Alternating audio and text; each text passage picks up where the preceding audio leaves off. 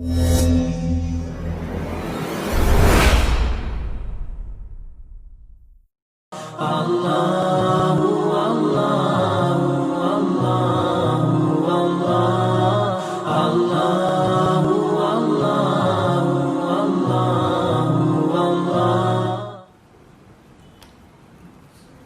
kita berambisi untuk menjadi pemimpin seperti ambisinya Umar bin Abdul Aziz? Siapa bilang? Yang selalu berdoa agar dijadikan pemimpin? Hah? Are you sure? Kata siapa? Lu mau nyalek nih.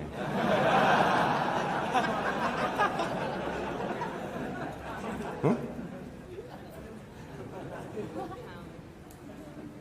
Benarkah jika ada yang menyebut Umar bin Abdul Aziz adalah Khulafaur Rasyidin yang kelima? Oke. Ya akhi, jangan berambisi untuk jadi pemimpin.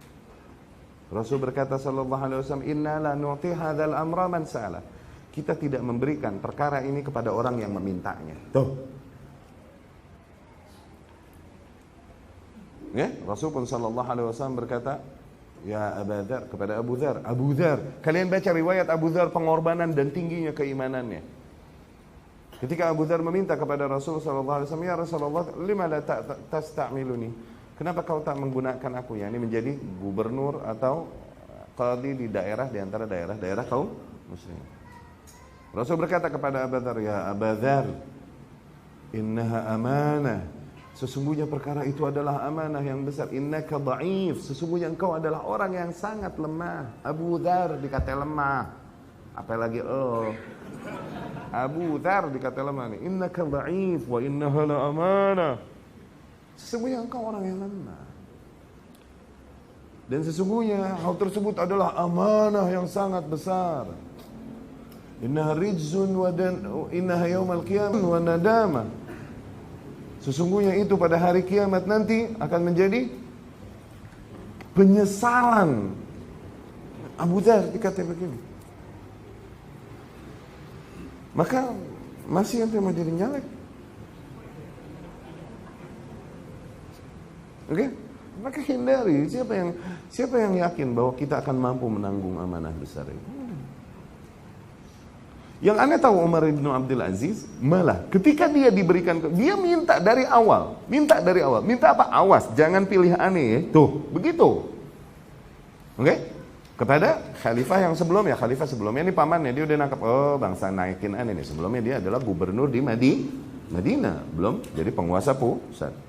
Oh bangsa mau naikin aneh nih. Kalau misalnya siapa sebelumnya? Walid ya? Walid, lupa nah. Pokoknya dia pesan, jangan aneh. Kata khalifah, siapa yang mau milih? Gitu. Udah gitu ada Raja bin Hayawah. Ini penasehat khalifah yang ada. Raja ini dia. Siapa menurutmu? Kita berikan kepada yang paling bertakwa kepada Allah. Siapa? Umar bin Abdul Aziz. Ya udah dibikinin wasiat untuk Umar bin Abdul Aziz. Cuma nggak dibilangin sama siapa-siapa. Umar udah bilang, jangan aneh.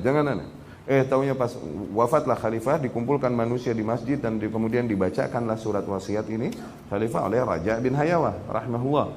Ternyata ditunjuk oleh khalifah yang telah meninggal sebagai penggantinya adalah Umar bin Abdul Aziz. Umar bin Abdul Aziz bilang apa? Inna lillahi wa inna ilaihi raji'un. Musibah besar itu. Nanti kenapa nanya gini mau ngapain? Hah? Nyalek gitu ya. Benarkah jika ada yang menyebut Umar bin Abdul Aziz adalah Khulafaur Rasyidin yang kelima? Enggak begitu, ungkapan aja. Karena mengagungkan kewaraan, ketakwaan dan keilmuan yang ada pada Umar bin Abdul Aziz rahimahullah. Rajul, seorang yang sangat terkenal dengan mewah, perlente dan lain-lain. Dia pakai baju yang harganya 50 dinar, dia bilang, aduh, dinar nih. Dinar. Apa? Dia bilang, masih kasar. Ya. Tapi emang amanah, kerjanya bagus dan gila ilmu, luar biasa.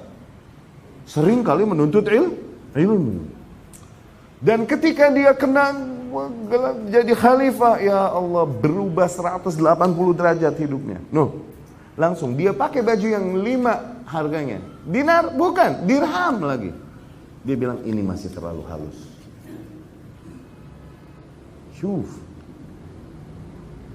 Begitu luar biasa bertakwanya dia dan benar-benar memperhatikan maslahat kaumnya. Bahkan ada riwayat yang ajib.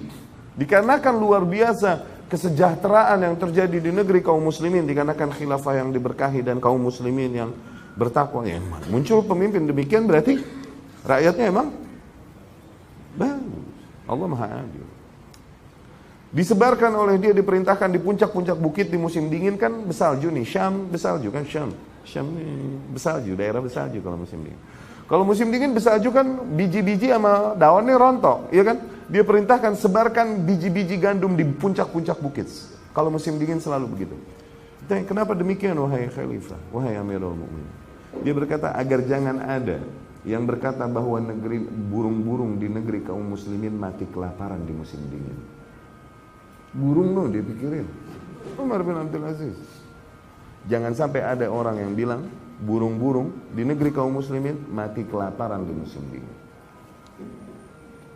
Begitu zuhud luar biasa. Suatu hari istrinya lagi ditamuin. Nah ya, ini ada tamu-tamu, orang-orang kerajaan juga tamu gitu.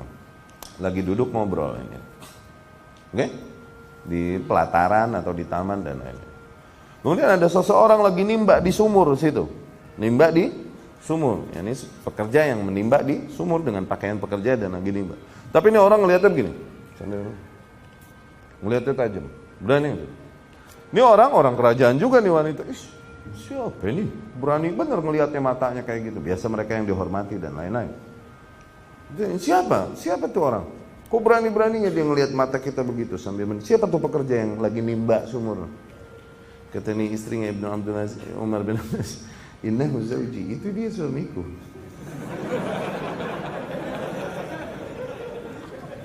Begitu nah bro. Oke? Nah saking luar biasa bertakwanya, zuhudnya, amanahnya nih. Bahkan ada lagi cerita. Seseorang datang kepadanya di malam hari. Oke? Ada perlu apa ya? Ana mau ngobrol sama ente. Ya Zen. Ngobrol. Mau ngomong apa? Masalah pribadi atau masalah negara? Enggak, masalah pribadi aja. Oh ya khair, bentar. Dimatiin lampu lilin ditiup. Iya, kenapa? Kenapa dimatiin lampunya? Itu minyak negara. Itu minyaknya punya negara. Ada demikian dikisahkan tentang Umar bin Abdul Aziz. Cuman karena saking straightnya, sementara masa nggak semua itu sebaik itu. Nggak tahan mereka kepada Umar bin Abdul Aziz. Bahkan keluarga-keluarga dalam kerajaan nggak tahan dengan straightnya Umar bin Abdul Aziz. Oke? Kaumnya kualitasnya menurun. Ini pemimpin terlalu baik untuk kaum yang kualitasnya menurun. Diapain akhirnya? Diracunin. Diturunin, terlalu adil untuk kaum yang mulai notabene Cuma 4 tahun kuasanya mungkin, kalau nggak salah Anda lupa 4 tahunan.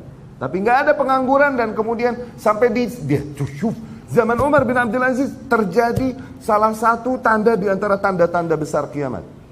Di mana Rasul menggambarkan pada dekat hari kiamat nanti sebuah tanda-tandanya adalah kemakmuran yang merata. Sehingga seseorang bingung mau zakat ke siapa? Mau sodako siapa? Nggak ada yang butuh. Tuh.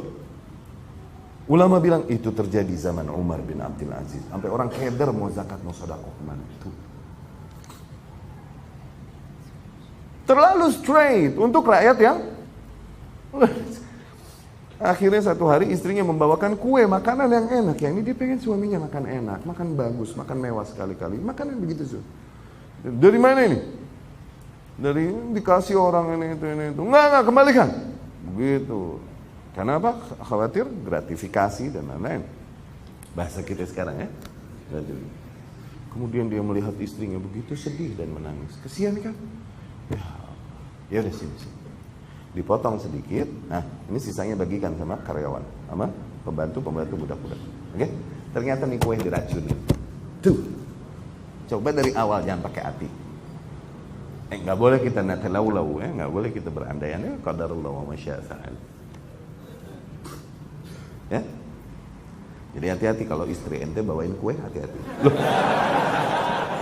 Ke situ ya. Ke situ.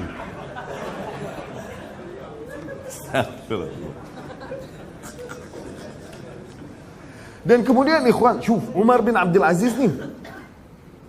Udah, ntar subuh deh, udah panjangan lah. Ini jadi sirah Umar bin Abdul Aziz by the way.